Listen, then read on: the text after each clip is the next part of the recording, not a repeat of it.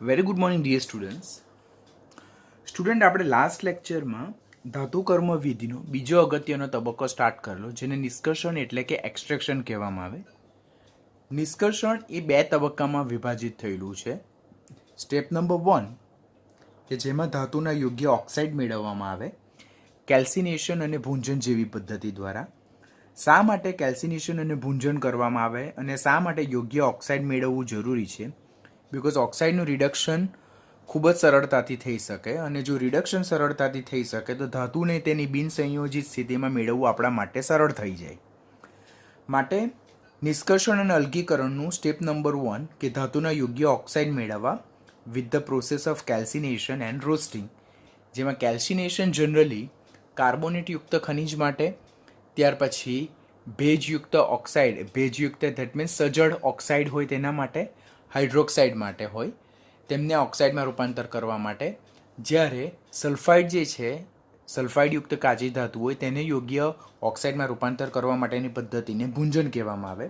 આમ કેલ્સિનેશન અને ભૂંજન જેવી પદ્ધતિ દ્વારા આપણે ધાતુને ઓક્સાઇડયુક્ત કાચી ધાતુમાં રૂપાંતર કરી શકીએ છીએ. તો એ સ્ટેપ વિશે આપણે ઓલરેડી લાસ્ટ લેક્ચરમાં લર્ન કર્યું છે, એટલે હવે એના વિશે આપણે ખાસ વધારે ડિટેલમાં અહીંયા લર્ન નથી કરતા.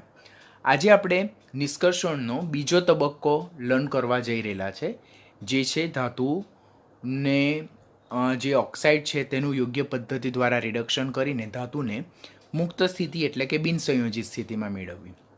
પણ ટોપિક સ્ટાર્ટ કરવા પહેલાં એક આપણે અભિવાહક એટલે કે ફ્લક્સ વિશે આપણે લર્ન કરવાનું જરૂરી બને. કોમ્પિટિટિવ લેવલનો ઇમ્પોર્ટન્ટ ક્વેશ્ચન છે, ખાસ ધ્યાનથી લર્ન કરજો. ગુજરાત બોર્ડ ગુજસેટમાં પણ આ ક્વેશ્ચન પરથી ખાસ, આ ટોપિક પરથી ખાસ ક્વેશ્ચન જનરેટ થાય છે. અભિવાહક ઓર ફ્લક્સ એટલે શું? તો ધાતુ કર્મ વિધિનો નિષ્કર્ષણ તબક્કો, જેમાં ધાતુના યોગ્ય ઓક્સાઇડનું યોગ્ય પદ્ધતિ દ્વારા રિડક્શન કરવામાં આવે છે અને ધાતુને મુક્ત સ્થિતિમાં એટલે કે બિનસંયોજિત સ્થિતિમાં મેળવવામાં આવે છે. હવે આ રિડક્શન દરમિયાન જે આપણે કાચી ધાતુ લઈએ છીએ, જેને આપણે અયસ્ક કહીએ છીએ, તેમાં બહારથી આપણે કોઈક વધારાનો પદાર્થ ઉમેરીએ છીએ. આ જે બહારથી વધારાનો પદાર્થ ઉમેરવામાં આવે તેને અભિવાહક એટલે કે ફ્લક્સ કહેવામાં આવે છે. તો અભિવાહક એટલે શું?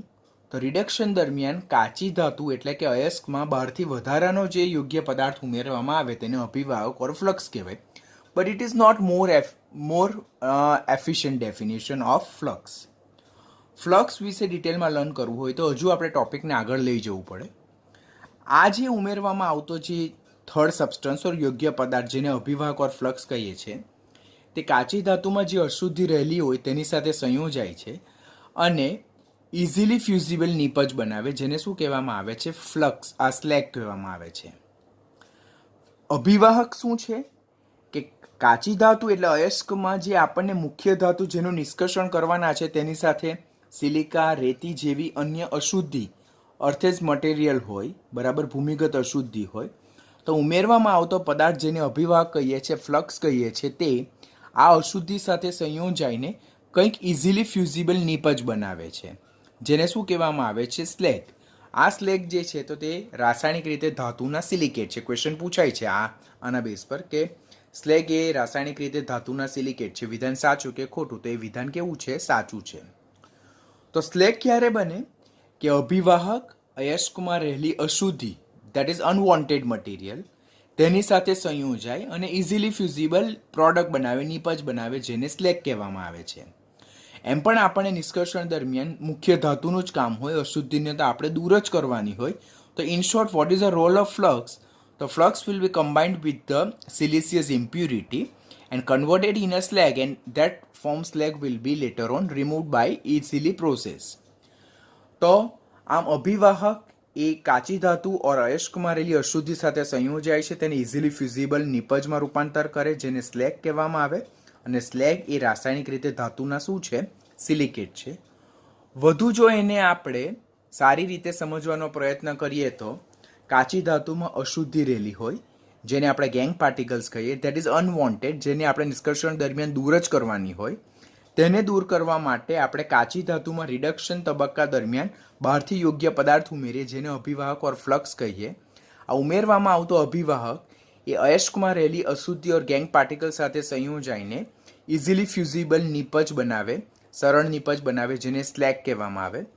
આ જે બનતો સ્લેગ જે છે તો તે મોલ્ટન સ્ટેટમાં હોય, પરંતુ એ જે પીગલિત ધાતુ જે હોય તેમાં દ્રાવ્ય થતો નથી.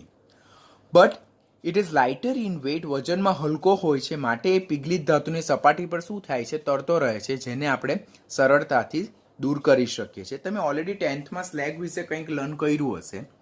તો આમ સ્લેગ શું છે કે કાચી ધાતુમાં રહેલી અશુદ્ધિ, જેને ગેંગ પાર્ટિકલ્સ કહેવાય, તેની સાથે ઉમેરવામાં આવતો અભિવાહક જેને ફ્લક્સ કહેવાય, તો તે પ્રક્રિયા કરે અને ઇઝીલી ફ્યુઝિબલ પ્રોડક્ટ બનાવે, જેને સ્લેગ કહેવામાં આવે, જે પીગલિત ધાતુમાં દ્રવ્ય થતો નથી. It is not miscible with molten metal, પરંતુ it is lighter in weight, વજનમાં હલકો છે, માટે તે પીગલિત ધાતુની સપાટી પર તરતો રહે, જેને ઝારાઓર યોગ્ય પદ્ધતિથી આપણે શું કરી શકીએ છીએ, દૂર કરી શકીએ.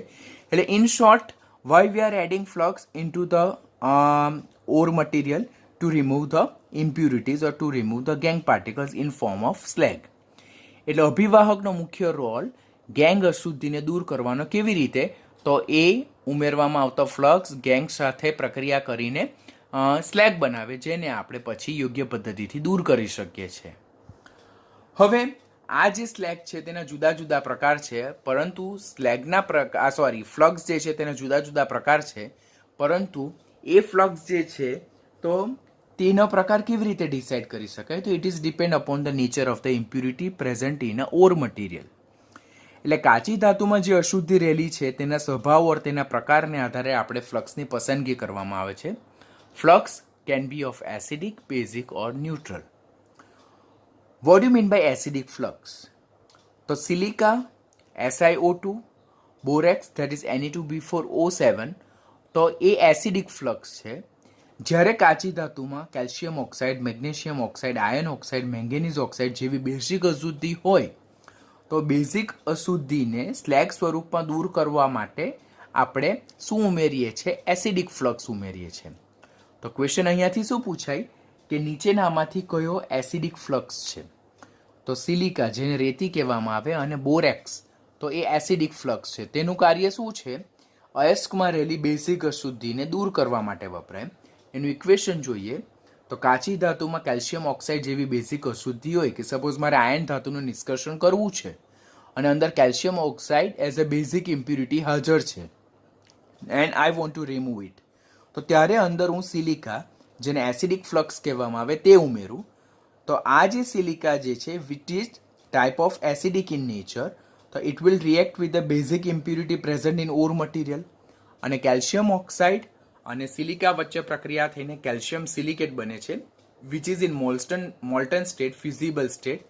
તો આ જે કેલ્શિયમ સિલિકેટ બને છે તેને ફ્યુઝિબલ સ્લેગ કહેવામાં આવે, જે પીગલિત ધાતુ પર તરતો રહી, પીગલિત ધાતુ સાથે મિશ્ર થતો નથી, અને જેને યોગ્ય પદ્ધતિથી દૂર કરવામાં આવે. તો what you mean by acidic flux? તો એસિડિક ફ્લક્સનું કાર્ય શું છે? બેઝિક અશુદ્ધિને દૂર કરવા માટે સિલિકા જેવા એસિડિક ફ્લક્સ કેલ્શિયમ ઓક્સાઇડ જેવી બેઝિક અશુદ્ધિ સાથે પ્રક્રિયા કરીને કેલ્શિયમ સિલિકેટ એટલે ધાતુના સિલિકેટ બનાવે, જેને યોગ્ય પદ્ધતિ દ્વારા દૂર કરવામાં આવે છે. તો what you mean by basic flux? તો લાઇમસ્ટોન છે, મેગ્નેસાઇટ છે, ત્યાર પછી હેમેટાઇટ જે છે, તો આ બધા જે તત્વો જે છે તો તે ધાતુના કાર્બોનેટ છે. તો ધાતુના કાર્બોનેટ ડેફિનેટલી કેવા હોય? બેઝિક સ્વભાવના હોય છે. It is not magnetite, it is magnesite. Okay, magnesium carbonate is known as a magnesite. તો ધાતુના કાર્બોનેટ બેઝિક હોય, એઝ વેલ એઝ ધાતુના ઓક્સાઇડ પણ મોટે ભાગે કેવા હોય, જેમ કે હેમેટાઇટ, તે પણ બેઝિક સ્વભાવના હોય છે. તો આ જે બેઝિક ફ્લક્સ શા માટે ઉમેરીએ? કે જ્યારે કાચી ધાતુમાં સિલિકા જે છે, પછી ફોસ્ફરસ પેન્ટોક્સાઇડ છે, જેવી એસિડિક અશુદ્ધિઓ જ્યારે હાજર હોય અને તેને આપણે નિષ્કર્ષણ દરમિયાન દૂર કરવી હોય, તો ત્યારે અંદર આપણે બેઝિક ફ્લક્સ ઉમેરીએ છીએ. આ બેઝિક ફ્લક્સ જે છે તો તે એસિડિક અશુદ્ધિ જેમ કે સિલિકા સાથે પ્રક્રિયા કરે અને ધાતુના સિલિકેટ બનાવે છે, અને કાર્બન ડાયોક્સાઇડ દૂર થાય. આ ધાતુના સિલિકેટ જે છે, જેમ કે કેલ્શિયમ સિલિકેટ, મેગ્નેશિયમ સિલિકેટ, તો તે સ્લેગ સ્વરૂપે હોય, એટલે પીગલિત ધાતુ સાથે મિશ્ર નથી થતા, પરંતુ પીગલિત ધાતુની સપાટી પર તરતા રહે, અને જેને યોગ્ય પદ્ધતિથી દૂર કરવામાં આવે. તો અહીંયાથી ક્વેશ્ચન શું પૂછાય કે from the given below which one is a basic flux in nature? તો ધાતુના કાર્બોનેટ ઓર ધાતુના ઓક્સાઇડ એ બેઝિક ફ્લક્સ છે. તેનું કાર્ય શું છે? સિલિકા અને ફોસ્ફરસ પેન્ટોક્સાઇડ જેવી એસિડિક અશુદ્ધિને દૂર કરવા માટે વપરાય અને તેના યોગ્ય ઉદાહરણ છે રિએક્શનના. હવે third type which is also very important for your competitive exam, board exam, GUJCET exam, વારંવાર પૂછાય, તમે 10th લર્ન કરેલું જ હશે. ન્યુટ્રલ ફ્લક્સ, જેને તટસ્થ અભિવાહક કહેવામાં આવે. They are not acidic or they are not basic, but they have certain different role, કે જેમ કે કેલ્શિયમ ડાયફ્લોરાઇડ, જેને fluorspar, it's not feldspar, it's a fluorspar. પછી Na3AlF6, જેને ક્રાયોલાઇટ કહેવામાં આવે, પોટેશિયમ ફ્લોરાઇડ અને calcium chloride જેવા પદાર્થો જે છે, તો તે ઇલેક્ટ્રોલાઇટિક સેલ એટલે કે વિદ્યુત કોષમાં ઘણી વખત કાચી ધાતુનું ગલનબિંદુ ઘણું ઊંચું હોય તો એ કાચી ધાતુ એટલે કે અયસ્કનું ગલનબિંદુ નીચું લાવવા માટે અને આ જે પદાર્થો ઉમેરીએ છીએ ન્યુટ્રલ ફ્લક્સ જે છે તેમાંથી આયનો પણ છૂટા પડે અને તે જે કાચી ધાતુ જે છે તેની વિદ્યુત વાહકતામાં વધારો કરવા માટે મદદરૂપ થાય છે. તો પહેલાં આપણને પૂછે કે નીચેનામાંથી કયા ન્યુટ્રલ ફ્લક્સ છે, તો કેલ્શિયમ ડાયફ્લોરાઇડ, જેને ફ્લોરસ્પાર કહેવામાં આવે, પછી Na3AlF6, જેને ક્રાયોલાઇટ કહેવામાં આવે, પછી પોટેશિયમ ફ્લોરાઇડ, પછી કેલ્શિયમ ક્લોરાઇડ. તટસ્થ અભિવાહકનું કાર્ય શું છે, તો કાચી ધાતુનું ગલનબિંદુ નીચું લાવવા માટે અને કાચી ધાતુ અયસ્કની વિદ્યુત વાહકતામાં વધારો કરવા માટે એને આપણે ઉમેરીએ છીએ. પાછળથી આપણે હોલ હેરોલ્ડ પ્રક્રમ એટલે કે બોક્સાઇટમાંથી એલ્યુમિનિયમનું નિષ્કર્ષણ, તેને બેર તબક્કો કહેવાય, એલ્યુમિનાનું નિષ્કર્ષણ, અને એલ્યુમિનામાંથી એલ્યુમિનિયમનું નિષ્કર્ષણ, તેને હોલ હેરોલ્ડ પ્રક્રિયા કહેવાય. તે દરમિયાન આપણે આ તટસ્થ અભિવાહકનો રોલ ડિટેલમાં શીખીશું. તો these are the common type of flux base upon the nature of the impurity. Flux can B acidic, basic and neutral, અને તેને એક્ઝામ્પલ યાદ રાખવાના અને કઈ અશુદ્ધિને દૂર કરવા માટે કયો ફ્લક્સ ઉમેરવામાં આવે તે તમારે યાદ રાખવાનું. કોમ્પિટિટિવ માટેનું important question which is not mention in detail in your text book. હવે આપણે ધાતુ કર્મ વિધિનો બીજો અગત્યનો તબક્કો સ્ટાર્ટ કરવા જઈ રહેલા છે, જેને ધાતુનું નિષ્કર્ષણ કહેવામાં આવે છે. ધાતુનું નિષ્કર્ષણમાં આપણે કેલ્સિનેશન અને ભૂંજન વિશે ઓલરેડી લેક્ચરના બિગિનિંગમાં વાત કરી ચૂક્યા. લાસ્ટ લેક્ચરમાં આપણે ડિટેલમાં લર્ન કરેલું છે. In today's lecture we are going to learn for step number 2. Step number 2 જેને આપણે રિડક્શન તબક્કો કહીએ. સ્ટેપ નંબર 1માં આપણે ધાતુના યોગ્ય ઓક્સાઇડ મેળવ્યા અને સ્ટેપ નંબર 2માં જે આપણે ધાતુના ઓક્સાઇડ છે તેનું યોગ્ય પદ્ધતિથી રિડક્શન કરીને ધાતુને બિનસંયોજિત એટલે કે મુક્ત સ્થિતિમાં મેળવવું. હવે હેડિંગ શું કહે છે તે પહેલાં ધ્યાનથી શીખવું જરૂરી બને. તમે 1 by 1 જો સ્ટેપ વાઇઝ જોશો તો તમારા માટે સમજવાનું ખૂબ ઇઝી થઈ જાય કે નિષ્કર્ષણ તબક્કો જે ધાતુ કર્મ વિધિનો બીજો તબક્કો છે, જેને જ એક્સટ્રેક્શન કહેવામાં આવે. સ્ટેપ નંબર 1માં ધાતુના યોગ્ય ઓક્સાઇડ કેલ્સિનેશન અને ભૂંજન દ્વારા મેળવ્યા અને સ્ટેપ નંબર 2માં જે સ્ટેપ નંબર 1માં આપણને ઓક્સાઇડ મળેલા છે તે ઓક્સાઇડમાંથી ધાતુને યોગ્ય પદ્ધતિ દ્વારા રિડક્શન પદ્ધતિ દ્વારા ધાતુને બિનસંયોજિત સ્થિતિ, મુક્ત સ્થિતિ એટલે ફ્રી સ્ટેટમાં મેળવવું. That is its self a reduction stage. તો આજના લેક્ચરમાં આપણે સ્ટેપ નંબર 2 વિશે વધારે ડિટેલમાં લર્ન કરવાના છે. તો કેલ્સિનેશન અને ભૂંજન પદ્ધતિમાં આપણને જે ઓક્સાઇડ મળે છે બંનેનો રોલ શું છે? ઓક્સાઇડ આપવાનો. ઓક્સાઇડ શા માટે મેળવવાનો? બિકોઝ ઓક્સાઇડનું રિડક્શન સરળતાથી થાય. સલ્ફાઇડનું રિડક્શન સરળતાથી થતું નથી, ઓક્સાઇડનું રિડક્શન સરળતાથી થાય. શા માટે? તે પાછળથી એલિંગહામ ફિગર એક નીટનો ઇમ્પોર્ટન્ટ કન્સેપ્ટ આવે છે તો ત્યારે હું તમને ડિટેલમાં સમજાવીશ. અત્યારે એને આપણે વધારે ડિટેલમાં નથી જોતા. તો કેલ્સિનેશન અને ભૂંજન પદ્ધતિ દ્વારા જે આપણને ધાતુના ઓક્સાઇડ મળે છે તો તેમાં ધાતુ જે છે તે ઓક્સિજન સાથે સંયોજિત સ્થિતિમાં એટલે કમ્બાઇન્ડ ફોર્મમાં હોય. એક્ઝામ્પલ તરીકે આપણે એલ્યુમિના જોઈએ તો એલ્યુમિનામાં એલ્યુમિનિયમ ધાતુ એ ઓક્સિજન સાથે સંયોજાયેલી છે. ઝિંકાઇડ જોઈએ તો તેમાં પણ ઝિંક એ ઓક્સિજન સાથે સંયોજિત સ્થિતિમાં હોય. ક્યુપરસ ઓક્સાઇડ જોઈએ જેને ક્યુપ્રાઇટ પણ કહીએ, તેમાં કોપર એ પણ ઓક્સિજન સાથે સંયોજિત સ્થિતિમાં હોય. અને હેમેટાઇટ જોઈએ તો તેમાં પણ આયન એ ઓક્સિજન સાથે સંયોજિત સ્થિતિમાં છે. In short, these are the example of oxide in which the given metal is in combined state with the oxygen. એટલે ધાતુ જે છે તો તે સંયોજિત સ્થિતિમાં છે, આયન સ્વરૂપે છે. કોની સાથે? ઓક્સિજન સાથે. પણ મને તો ધાતુ કઈ સ્થિતિમાં જોઈએ? બિનસંયોજિત સ્થિતિમાં જોઈએ. અહીંયા જે ઓક્સાઇડ આપેલા છે તો ઓક્સાઇડમાં તો ધાતુ સંયોજિત સ્થિતિમાં છે જો, એટલે કે એ આયન સ્વરૂપમાં છે, પરંતુ મને તો ધાતુ બિનસંયોજિત સ્થિતિમાં જોઈએ, મુક્ત સ્થિતિમાં જોઈએ. ધેટ મીન્સ અહીંયા મારે જે પોઝિટિવ ચાર્જ છે તેને ઝીરો ચાર્જમાં બિનસંયોજિત સ્થિતિ મુક્ત સ્થિતિમાં એલિમેન્ટલ સ્ટેટમાં લઈ જવું હોય, બરાબર, તો ત્યારે મારે ચાર્જને જે ધન વીજભાર છે તેને ઘટાડવાનો. તો ધન વીજભાર ઘટાડવાની જે પદ્ધતિ છે, જે પદ્ધતિ દ્વારા ધન વીજભાર ઘટે તે પદ્ધતિને રિડક્શન પદ્ધતિ કહેવામાં આવે. માટે સ્ટેપ નંબર 2માં ધાતુને તેની સંયોજિત સ્થિતિમાંથી મુક્ત સ્થિતિમાં લાવવા માટે ધાતુના ઓક્સાઇડનું યોગ્ય પદ્ધતિ દ્વારા રિડક્શન કરવામાં આવે છે. એક્ઝામ્પલ તરીકે કહું હું તો Al+3 ઇલેક્ટ્રોન gives Al. તો આ પદ્ધતિ રિડક્શન પદ્ધતિ છે. ત્યાર પછી Cu ને +1 માંથી Cu માં લાવવાનું, મારે Zn+2 માંથી Zn માં લાવવાનું, Fe ને +3 માંથી Fe માં લાવવાનું. તો આ જે બધી પદ્ધતિ જે છે તો તે રિડક્શનના સ્ટેપ છે. માટે ધાતુને સંયોજિત સ્થિતિમાંથી મુક્ત સ્થિતિમાં એટલે કે એલિમેન્ટલ ફ્રોમ ફ્રી સ્ટેટમાં લાવવા માટે ધાતુના ઓક્સાઇડનું યોગ્ય પદ્ધતિ દ્વારા રિડક્શન કરવામાં આવે તો તે નિષ્કર્ષણનો બીજો તબક્કો છે. જુદા જુદી ધાતુના જે ઓક્સાઇડ જે હોય તે કેવા હોય? જુદા જુદા હોય. That means they are having a different kind of stability. બરાબર. જુદી જુદી ધાતુના ઓક્સાઇડની સ્થાયીતા જુદી જુદી હોય કે કેટલાક ઓક્સાઇડ હોય તો તેનું રિડક્શન ઘણું સરળ હોય અને કેટલીક ધાતુના ઓક્સાઇડનું રિડક્શન ઘણું મુશ્કેલ હોય. તો કયા ઓક્સાઇડનું રિડક્શન સરળ હોય અને કયા ઓક્સાઇડનું રિડક્શન મુશ્કેલ હોય તે પાછળથી એલિંગહામ ફિગર વખતે હું તમને સમજાવીશ. પોઈન્ટ યાદ રાખજો. શું છે તે અત્યારે કંઈ નથી કહેતો, બીકોઝ એ ટોપિક આપણે ખૂબ ડિટેલમાં લર્ન કરવાના છે. અહીંયા અમુક ઓક્સાઇડનું રિડક્શન ઘણું સરળ છે, જેમ કે અતિ ઓછી સક્રિય ધાતુ કોપર છે, સિલ્વર છે, પછી મર્ક્યુરી છે, તેના ઓક્સાઇડ જે છે તો અનસ્ટેબલ છે. તો એ અનસ્ટેબલ ઓક્સાઇડ છે માટે એનું રિડક્શન ખૂબ જ સરળતાથી થાય.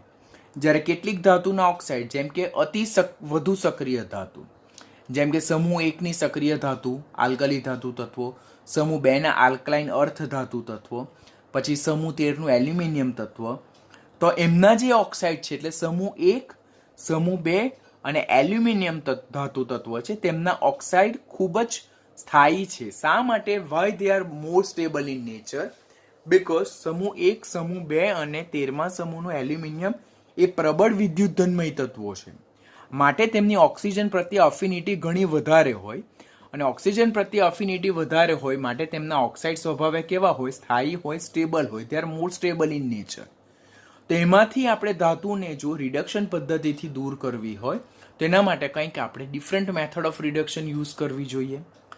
માટે depend upon the type of metal, their oxide will having a different stability. Some will be more stable, some will be intermediate stable and some will be least stable. બરાબર. તો જે મોર સ્ટેબલ છે તેનું reduction મુશ્કેલ છે, જે list stable છે તેનું રિડક્શન સરળ છે. આમ ઓક્સાઇડની સ્થાયીતાને આધારે આપણે રિડક્શન પદ્ધતિને આપણે પસંદગી કરવામાં આવે છે. કયા ઓક્સાઇડ વધારે સ્ટેબલ, કયા ઓક્સાઇડ ઓછા સ્ટેબલ તે આપણે લેટર ઓન એલિંગહામ ફિગરમાં ડિટેલમાં જોઈશું. અત્યારે તમારે એના વિશે લર્ન નથી કરવાનું, અત્યારે હું તમને નથી સમજાવતો because that's a important and lengthy topic.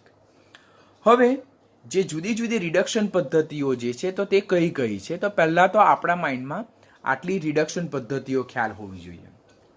પહેલું રાસાયણિક રિડક્શન પદ્ધતિ, જેમાં કાર્બન વડે રિડક્શન કરવામાં આવે, જેને જ ઘણી બુક પ્રદ્રાવણ એટલે કે સ્મેલ્ટિંગ કહે છે.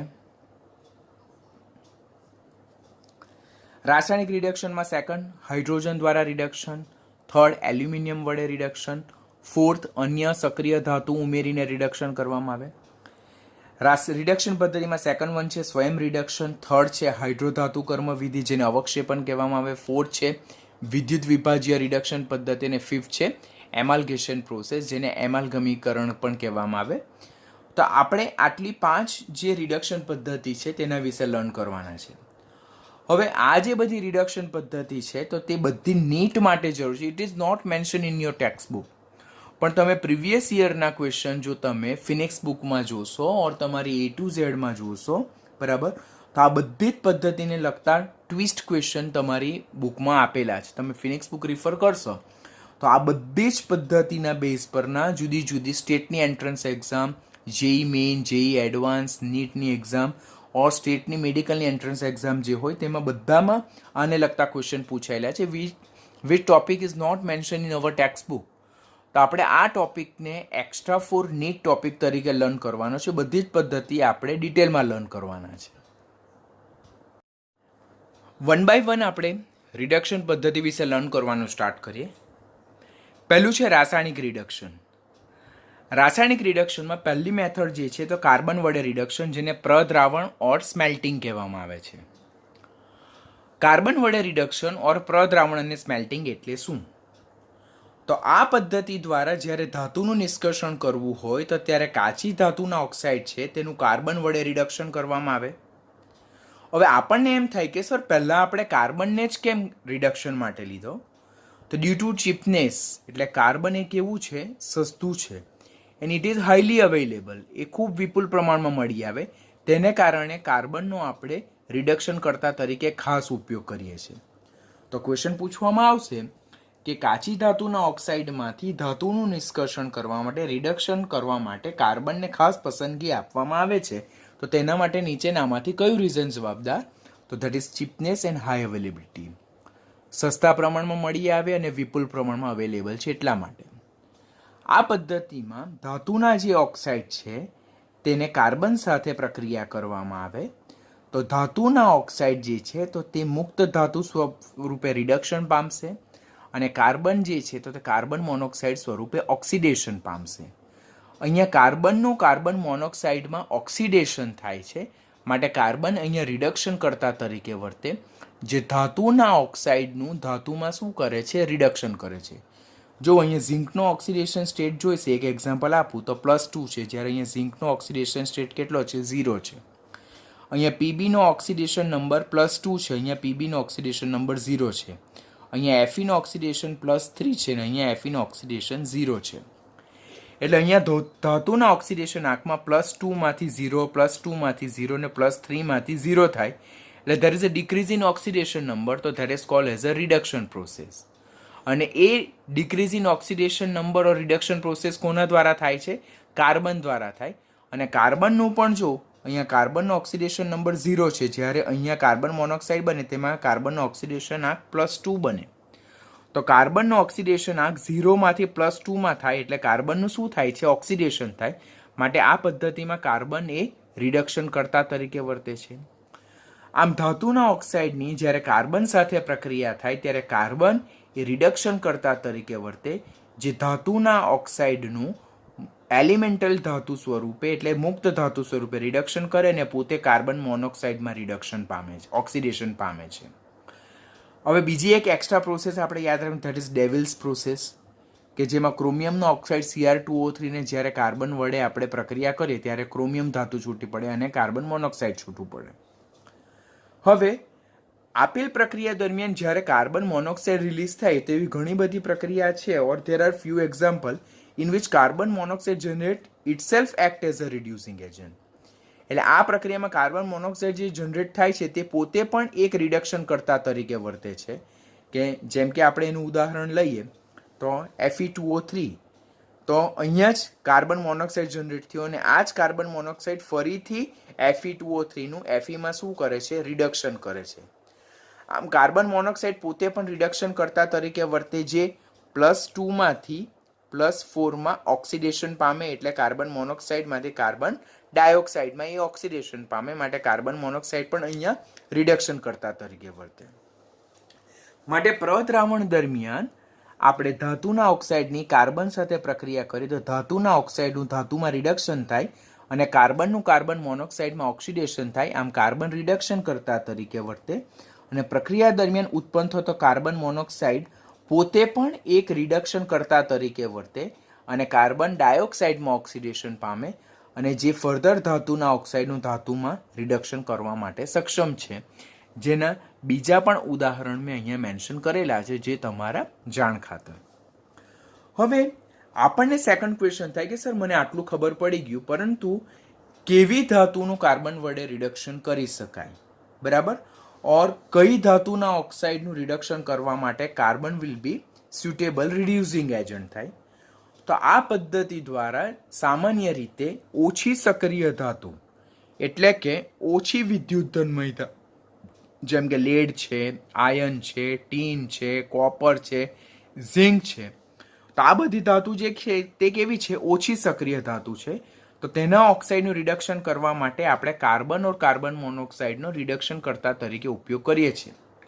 વધુમાં કેવી ધાતુનું આપણે ઓક્સાઇડનું રિડક્શન કાર્બન વડે કરી શકીએ? તો જે ધાતુ કાર્બન સાથે કાર્બાઇડ ન બનાવતી હોય તેવી ધાતુનું રિડક્શન કોના વડે થાય છે? કાર્બન વડે થાય છે. તો ધીસ ઇઝ ઇમ્પોર્ટન્ટ પોઈન્ટ, ખાસ યાદ રાખજો તમે કે કેવી ધાતુ નીચેનામાંથી કઈ ધાતુનું કાર્બન વડે રિડક્શન થાય છે? તો ઓછી સક્રિય ધાતુ, ઓછી વિદ્યુત ધન્મય ધાતુ તત્વ જેમ કે lead, iron, tin, copper, zinc ના ઓક્સાઇડનું રિડક્શન કોના દ્વારા થાય છે? કાર્બન, બીકોઝ તે લોકો ઓછી સક્રિય ધાતુ છે. વધુમાં જે ધાતુના ઓક્સાઇડનું કાર્બન વડે રિડક્શન કરવાનું હોય તો તે ધાતુની કાર્બન સાથે પ્રક્રિયા થઈને કાર્બાઇડ ન બનતી હોવી જોઈએ.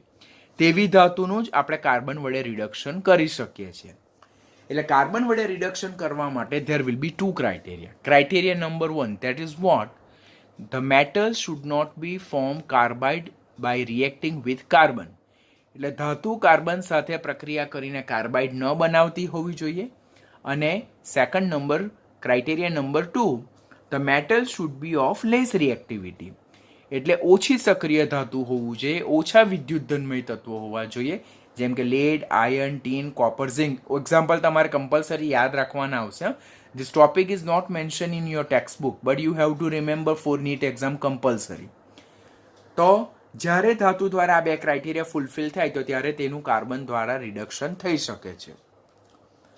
હવે કોમ્પિટિટિવની બુકમાં આ ક્વેશ્ચન બધી જ રેફરન્સ બુકમાં એક કોમન છે કે એલ્યુમિનિયમનું પ્રદ્રાવણ પદ્ધતિ દ્વારા એટલે કે કાર્બન વડે રિડક્શન ઓર નિષ્કર્ષણ કરી શકાતું નથી.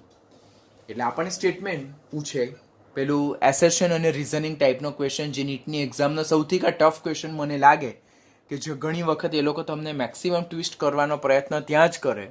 બરાબર, ઘણા બધા સ્ટુડન્ટ્સના પણ રિવ્યૂ એવા જ હોય કે સર અમને એસેશન અને રિઝનિંગમાં ખાસ પ્રોબ્લેમ થાય, બિકોઝ સ્ટેટમેન્ટને ધ્યાનથી સમજવું પડે ને તમારા કન્સેપ્ટ ક્લિયર હોય તો જ તમે એસેશન અને રિઝનિંગને પરફેક્ટલી ક્લિયર કરી શકો. કે એલ્યુમિનિયમનું શા માટે પ્રદ્રાવણ પદ્ધતિ એટલે કે કાર્બન વડે રિડક્શન કરી શકાતું નથી? તો અહીંયાથી ક્વેશ્ચન એમ પૂછે, નીચેનામાંથી કઈ ધાતુનું કાર્બન વડે રિડક્શન થતું નથી? એવો ક્વેશ્ચન પૂછાય તો તમારે ખાસ યાદ રાખવાનું, સમૂહ 1ની ધાતુ તત્વો, સમૂહ 2ના ધાતુ તત્વો અને સમૂહ 13નું એલ્યુમિનિયમ ધાતુ તત્વ, તેનું કાર્બન વડે રિડક્શન શક્ય નથી. શા માટે કાર્બન વડે રિડક્શન આ બધી ધાતુ તત્વોનું નથી? Because they are highly reactive metal. એ લોકો ખૂબ જ રિએક્ટિવ મેટલ્સ છે, એ લોકો અતિ સક્રિય ધાતુ છે, પ્રબળ વિદ્યુત ધન્મય તત્વો છે, એ લોકો કાર્બન સાથે પ્રક્રિયા કરીને કાર્બાઇડ બનાવે છે. તો એ લોકોનું રિડક્શન થવું જોઈએ, but it self of them they will react with carbon and they will form carbide. માટે આ ધાતુના ઓક્સાઇડનું રિડક્શન કાર્બન વડે શક્ય નથી. તેનું એક્ઝામ્પલ, બેસ્ટમાં બેસ્ટ એક્ઝામ્પલ એલ્યુમિનિયમ. એલ્યુમિનિયમ એ પ્રબળ વિદ્યુત ધન્મય તત્વ છે. તેની એ પ્રબળ વિદ્યુત ધન્મય તત્વ છે, સક્રિય ધાતુ તત્વ છે, સમૂહ 13નું બીજા ક્રમાંકનું તત્વ છે. તો તેની ઓક્સિજન પ્રત્યે અફિનિટી કેવી હોય છે? High affinity towards the oxygen. એને કારણે એલ્યુમિનિયમનો જે ઓક્સાઇડ બને છે એલ્યુમિના, તો તે હાઈલી સ્ટેબલ છે, ખૂબ સ્થાયી પ્રકારનો છે. અને એ ખૂબ સ્થાયી પ્રકારનો હોવાથી તે કાર્બન વડે રિડક્શન પામી શકતો નથી. તો એલ્યુમિનિયમ સમૂહ 13નું સક્રિય ધાતુ તત્વ, પ્રબળ વિદ્યુત ધન્મય તત્વ, તેની ઓક્સિજન પ્રત્યે હાઈ એફિનિટી હોવાને કારણે બનતો ઓક્સાઇડ એલ્યુમિના ખૂબ સ્થાયી છે, જે કાર્બન વડે રિડક્શન પામી શકતો નથી. તેના માટે કોઈ આપણે વિશિષ્ટ રિડક્શન પદ્ધતિ યુઝ કરવી પડે. વધુમાં એટલે એના માટે ઇલેક્ટ્રોલાઇટિક રિડક્શન એટલે કે વિદ્યુત વિભાજ્ય રિડક્શન પદ્ધતિનો ઉપયોગ કરવામાં આવે, જે આપણે હોલ હેરોલ્ડ તબક્કામાં ડિટેલમાં લર્ન કરવાના છે. એટલે વધુમાં બીજું શું છે કે એલ્યુમિનાને જો કાર્બન વડે ગરમ કરીએ તો એલ્યુમિના એ કાર્બન સાથે પ્રક્રિયા કરીને શું બનાવે છે? એલ્યુમિનિયમ કાર્બાઇડ બનાવી દે. બરાબર. હવે એલ્યુમિનિયમ કાર્બાઇડ બને તો તેમાં એલ્યુમિનિયમ પાછું સંયોજિત સ્થિતિમાં જ આવી જાય છે. અહીંયા પણ એલ્યુમિનિયમનો ઓક્સિડેશન આંક +3 અને બનતા એલ્યુમિનિયમ કાર્બાઇડમાં પણ એલ્યુમિનિયમનો ઓક્સિડેશન આંક +3. તો આપણે તો રિડક્શન કરવા માટે કાર્બનનો ઉપયોગ કરીએ છીએ, પરંતુ અહીંયા તો એલ્યુમિનિયમ કાર્બન સાથે પ્રક્રિયા કરીને એલ્યુમિનિયમ કાર્બાઇડ બનાવે, અને એમાં પણ એલ્યુમિનિયમ કઈ સ્થિતિમાં છે? સંયોજિત સ્થિતિમાં જ છે. તો આ રિડક્શન તબક્કો નથી. માટે સમૂહ 1, સમૂહ 2 અને સમૂહ 13ની એલ્યુમિનિયમ જેવા પ્રબળ વિદ્યુત ધનમય તત્વો માટે કાર્બન સ્યુટેબલ રિડ્યુસિંગ એજન્ટ નથી. બરાબર? તેમના માટે, કારણ કે તેમના ઓક્સાઇડ સ્થાયી છે, અને ઓક્સાઇડ સ્થાયી છે, સ્ટેબલ છે, કારણ કે આ પ્રબળ વિદ્યુત ધનમય તત્વોની ઓક્સિજન પ્રત્યે અફિનિટી વધારે હોવાથી તેમના ઓક્સાઇડ મોસ્ટલી સ્ટેબલ હોય. તો એમના ઓક્સાઇડનું રિડક્શન કરવા માટે carbon is not suitable reducing agent because carbon is not sufficient to reduce them in a elemental state. એટલે આ ધાતુના ઓક્સાઇડનું રિડક્શન કરવા માટે કાર્બન સક્ષમ નથી. વધુમાં આ ધાતુના ઓક્સાઇડની જ્યારે કાર્બન સાથે ઊંચા તાપમાને પ્રક્રિયા થાય તો ધાતુના અનુવર્તી કાર્બાઇડ બની જાય. તો ધાતુના અનુવર્તી કાર્બાઇડ બની જાય તો ધાતુ રિડક્શન સ્ટેપમાં નહીં આવી શકે. માટે એલ્યુમિનિયમનું રિડક્શન કાર્બન વડે શક્ય નથી. તેવું જ સમૂહ 2ના તત્વો કેલ્શિયમ ઓક્સાઇડ અને મેગ્નેશિયમ ઓક્સાઇડ, તેનું રિડક્શન પણ કાર્બન વડે શક્ય નથી. શા માટે? તો કેલ્શિયમ ઓક્સાઇડની જ્યારે કાર્બન સાથે પ્રક્રિયા થાય તો તે કેલ્શિયમ કાર્બાઇડ બનાવી દે. તો આમાં પણ કેલ્શિયમ +2 સ્ટેટમાં, અહીંયા પણ કેલ્શિયમ +2 સ્ટેટમાં, તો રિડક્શન ન થયું. માટે કેલ્શિયમના ઓક્સાઇડનું રિડક્શન પણ કાર્બન વડે શક્ય નથી. મેગ્નેશિયમ ઓક્સાઇડનું કાર્બન વડે રિડક્શન શક્ય છે, but that's a reversible process. That's a reversible process એટલે રિડક્શનને અંતે મેગ્નેશિયમ અને કાર્બન મોનોક્સાઇડ જનરેટ થાય, but they will again react together and they will form magnesium oxide and carbon. તો that is also not suitable condition. માટે aluminium, calcium, magnesium જેવા પ્રબળ વિદ્યુત ધનમય તત્વો, સક્રિય ધાતુ તત્વોના ઓક્સાઇડનું રિડક્શન આપણે એલ્યુમિનિયમ વડે કરી શકતા નથી. Keep in your mind. Second, hydrogen વડે રિડક્શન. કાર્બન વડે રિડક્શન ઓવર થાય, હાઇડ્રોજન વડે રિડક્શન. ટંગસ્ટન છે, મોલિબ્લેડિનમ છે, નિકલ છે, કે જેઓ પણ ઓછી વિદ્યુત ધનમય તત્વો છે ઓર નિર્બળ વિદ્યુત ધનમય તત્વો કહી શકાય, તે લોકોનું હાઇડ્રોજન વડે રિડક્શન થઈ શકે છે. આ રિડક્શન જે છે તો તે તમારે જસ્ટ ફોર યોર અન્ડરસ્ટેન્ડિંગ યાદ રાખવાના, કે પહેલાં તો તમારે આ લાઈન જ ખાસ યાદ રાખવાની, બિકોઝ જ્યારે વર્ષને અંતે આપણે 11-12ના બધા જ ચેપ્ટર યાદ રાખવાના હોય અને અમુક એક્સ્ટ્રા ટોપિક પણ હોય તો બધું જ તમને યાદ નથી રહેવાનું. તો જે મેઇન છે તે યાદ રાખવાનું. રિએક્શન તમને યાદ નહીં રહેશે તો that's fine, but you have to remember કે ટંગસ્ટન, મોલિબ્લેડિનમ અને નિકલના ઓક્સાઇડનું રિડક્શન કોના દ્વારા થઈ શકે? હાઇડ્રોજન વડે થઈ શકે છે. તો અહીંયાથી ક્વેશ્ચન પૂછાશે કે નીચેનામાંથી કોનું રિડક્શન હાઇડ્રોજન દ્વારા થઈ શકે? તો ટંગસ્ટન, મોલિબ્લેડિનમ અને નિકલ. વધુમાં બીજું શું યાદ રાખજો કે હાઇડ્રોજન કરતાં ઓછી સક્રિય ધાતુ જેમ કે કોપર છે, મર્ક્યુરી છે, સિલ્વર છે, ગોલ્ડ છે, તેનું પણ હાઇડ્રોજન દ્વારા રિડક્શન થઈ શકે છે. અને એ પ્રક્રિયા દરમિયાન હાઇડ્રોજન પોતે શું પામે? ઓક્સિડેશન પામી શકે. તો તે ટોપિક તમે ઓલરેડી 12મા ધોરણમાં 11 ધોરણમાં હાઇડ્રોજન ચેપ્ટરમાં આપણે ડિટેલમાં લર્ન કરેલું છે. તો એ પોઈન્ટ તમારે ત્યાંથી રિફર કરી નાખવાનો. તો અહીંયા આ લાઈન તમારે MCQ માટે યાદ રાખવાની. આ 3 ધાતુને આ ટોપિક પૂરતું યાદ રાખવાનું અને સાથે સાથે 11નો હાઇડ્રોજન ચેપ્ટરને રિફર કરવાનું. અન્ય સક્રિય ધાતુ દ્વારા પણ રિડક્શન થઈ શકે. કેમિકલ રિડક્શનની વાત કરીએ છીએ, રાસાયણિક રિડક્શનની વાત કરીએ છીએ. તો અન્ય સક્રિયમાં તો સમૂહ 1 અને સમૂહ 2ની ધાતુઓ આવી શકે, જેઓ હાઈલી ઇલેક્ટ્રોપોઝિટિવ મેટલ્સ છે, ખૂબ જ સક્રિય ધાતુ તત્વો છે, તો તેઓ રિડક્શન કરતા તરીકે વર્તે. જેમ કે બોરોન જે અધાતુ છે પરંતુ તેના ઓક્સાઇડનું રિડક્શન મેગ્નેશિયમ દ્વારા થાય અને બોરોનને એના એલિમેન્ટલ સ્ટેટમાં કન્વર્ટ કરી શકે. ટિટેનિયમ ડાયોક્સાઇડનું પણ સોડિયમ વડે રિડક્શન થઈ શકે અને ટિટેનિયમ ધાતુ છૂટી પડે અને સોડિયમના મોનોક્સાઇડ જનરેટ થાય છે. પછી ધાતુના હેલાઇડનું પણ ધાતુમાં રિડક્શન કરી શકાય મેગ્નેશિયમ જેવી સક્રિય ધાતુનો ઉપયોગ કરીને, જેને ક્રોલ્સ પદ્ધતિ કહેવામાં આવે. યાદ રાખવાનું છે, આપણે હંમેશા યાદ રાખવાનું કે આવી જે વૈજ્ઞાનિકના નામ ઓર કોઈ ફેમસ નેમના બેઝ પરથી રિડક્શન જે પ્રોસેસ હોય તો તે આપણે ખાસ યાદ રાખવાની થાય. જેમ કે ટિટેનિયમ ટેટ્રાક્લોરાઇડનું મેગ્નેશિયમ દ્વારા હીટિંગ કરવામાં આવે તો ટિટેનિયમ ટેટ્રાક્લોરાઇડમાંથી ટિટેનિયમ ધાતુમાં રિડક્શન પામે અને મેગ્નેશિયમનું મેગ્નેશિયમ ક્લોરાઇડમાં રૂપાંતર થાય.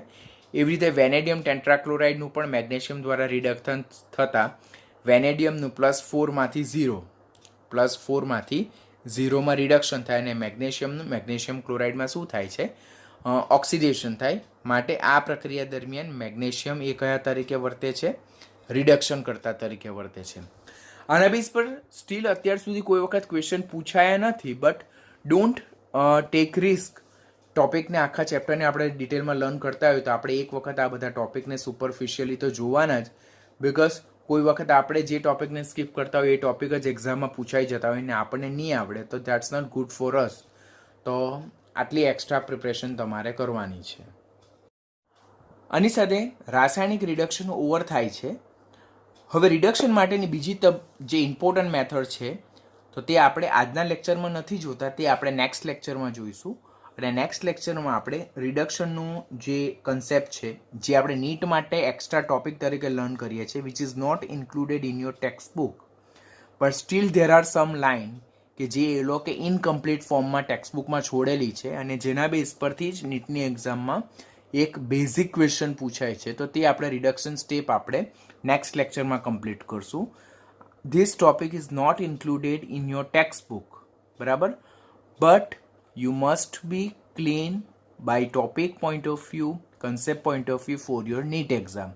તો નીટના એક્સ્ટ્રા ટોપિક તરીકે કરવાનું. વધુમાં ટેક્સ્ટ બુકમાં જેટલું આપેલ છે તેટલું બોર્ડ માટે પણ કરવાનું, બિકોઝ આ રિડક્શન તબક્કો છે, નિષ્કર્ષણનો તબક્કો છે ને તે તમારે ટેક્સ્ટ બુકમાં સબ્જેક્ટિવમાં ઇન્ક્લુડ કરેલો છે.